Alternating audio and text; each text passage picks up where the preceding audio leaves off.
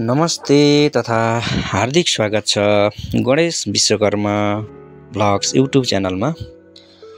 आज पनि म अर्को भिडियो मार्फत पुनः उपस्थित भइसकेको छु र आज म एउटा त्यस्तो प्रसिद्ध धार्मिक स्थलतर्फको भिडियो प्रस्तुत गर्ने जमर्को गर्दैछु। जुन यो दृश्य देखेर पनि कतिपयले थाहा पाइसक्नु भएको पनि छ होला। यो दृश्य हो बागलुङ जिल्लामा अवस्थित कालिका भगवती मन्दिर, नेपालको एक प्रसिद्ध शक्तिपीठ हो। दशैंमा यहाँ मन्दिरको पूजाको विशेष महत्त्व र गहिरो आस्था रहेको छ।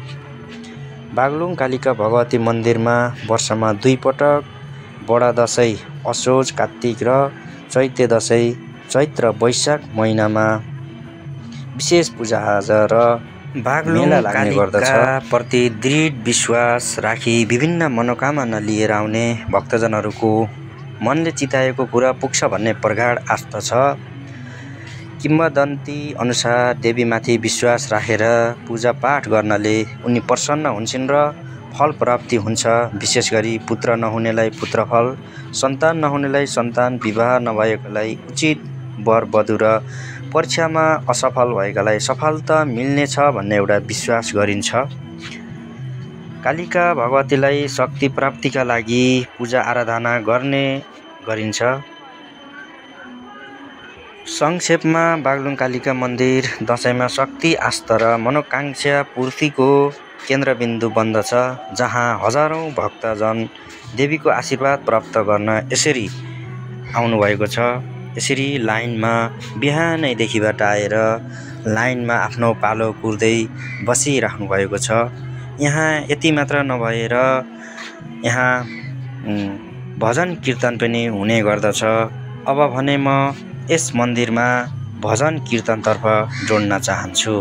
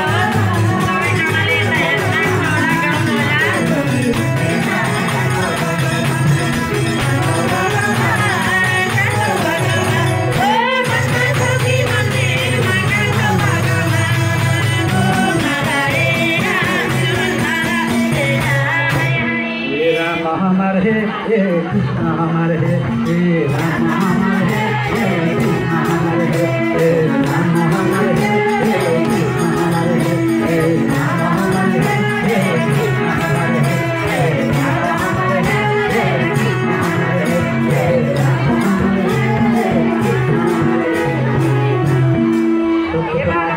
धर्म को जय हो हरे